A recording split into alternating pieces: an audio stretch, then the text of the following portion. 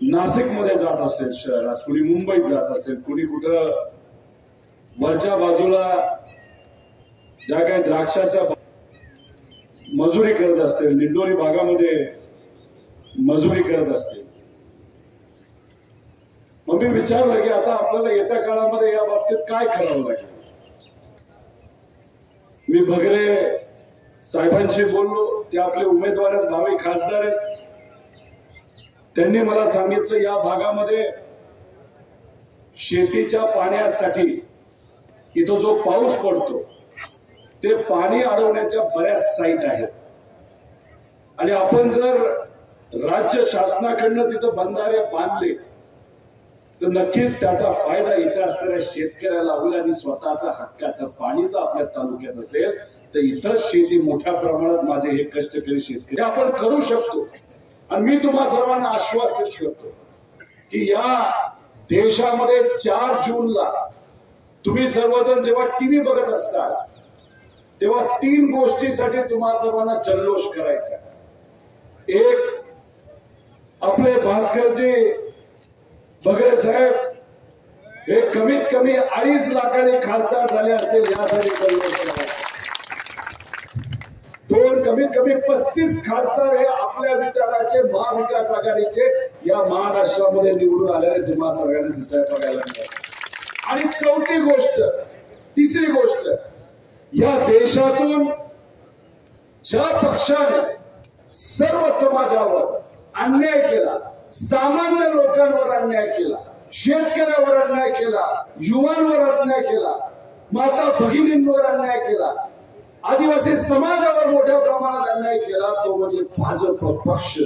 4 जून नंतर या देशामध्ये सत्तेत तुम्हाला दिसणार नाही.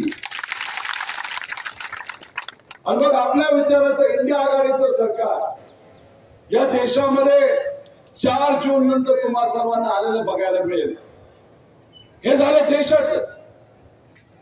आणि 4 महिन्यानंतर जेव्हा आमदारकी होईल तेव्हा सुद्धा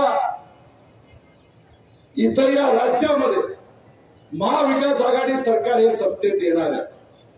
त्यामुळे हे जे बंधारे त्या बंधाऱ्यासाठी एक राज्याची परवानगी लागेल, निधी राज्याचा लागेल, केंद्राचा निधी लागेल.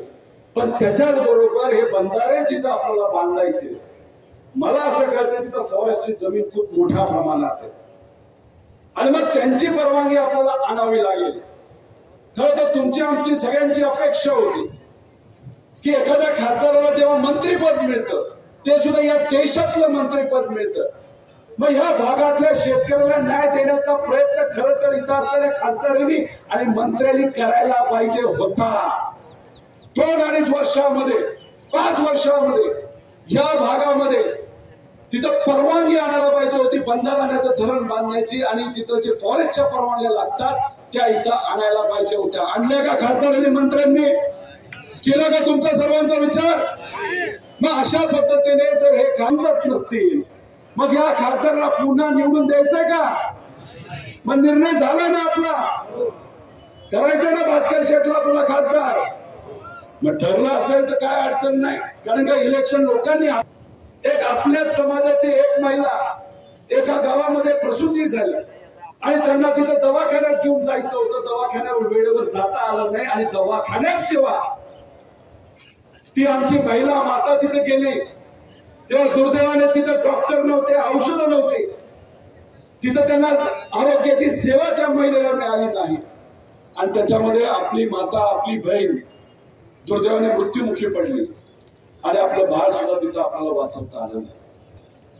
हे काय एकदा झालंय का? अनेक वेळा झालंय. जर या महाराष्ट्रामध्ये सगळ्यात जास्त मृत्यू माताचे आणि मुलांचे जर कुठे होत असतील तर आपल्या या जिल्ह्यामध्ये, नाशिक जिल्ह्यामध्ये होतात आणि या परिसरामध्ये सगळ्यात जास्त मृत्यू होतात. मग आरोग्याची अडचण आपल्या सर्वांची आहे का नाही? प्रसूती करायची असेल तर एका महिलेला आपले जे काही नातेसंबंध नाशिकमध्ये असतात तिथं जाऊन राहावं लागतं, शहराच्या ठिकाणी जाऊन राहावं लागतं. का? तुम्ही काय देशाचे मंत्री होता ना, आरोग्याचे. दवाखाना आणला का तुमच्या सर्वांसाठी? इथं मंजूर तरी केला का? मग खासदार कशासाठी तुम्ही झाला? इथं असणाऱ्या जनतेच्या अडचणी सोडवायला ना 5 वर्ष तुम्हाला संधी दिली. अपेक्षा होती प्रत्येक व्यक्तीची, शेतकऱ्याची होती, आरोग्याचे प्रश्न सुटतील, बेरोजगारीचे प्रश्न सुटतील, पण या सगळ्या गोष्टींकडे दुर्दैवाने दुर्लक्ष झालं. आणि मग जेव्हा आदिवासी समाजावर अन्याय झाला, जेव्हा शेतकऱ्यावर अन्याय झाला, मोदी साहेबांना या इथं असणाऱ्या खासदारांनी तिथं जाब विचारलं का की मणिपूरला जी घटना घडली, तुमच्या आपल्या सगळ्यांसाठी जे महत्वाचे कायदे, आपल्या जमिनीचे कायदे, आपल्या फॉरेस्टची जी जमीन आहे त्याच्यावर आपल्या सर्वांचा अधिकार आहे, ते कायदे या भाजपची सरकारने तिथे बदलले. मणिपूरला जे झालं ते का घडलं?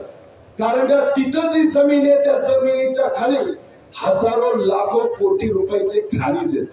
आणि मग हे जे खनिज आहे ते एका मोठ्या कंपनीला तिथं विकायचं होतं. मग याला पर्याय काय काढला? तर दोन जमातीमध्ये तिथं वाद निर्माण केला आणि वाद निर्माण केल्यानंतर हजारो लोकांचा तिथं मृत्यू झाला, हजारो आदिवासींचा तिथं मृत्यू झाला, महिलांची तिथं नग्न दिंड काढण्यात आली.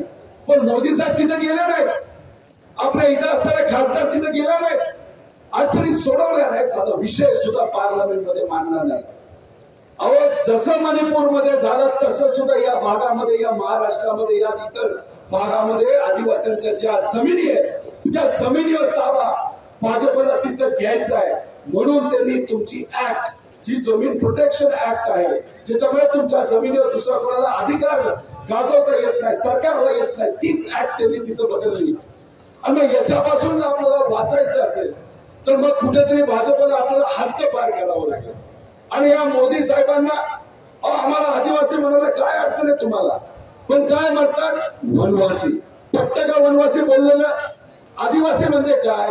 आधीपासून त्या भूमीवर वास करणारे, त्याला आपण आदिवासी म्हणतो.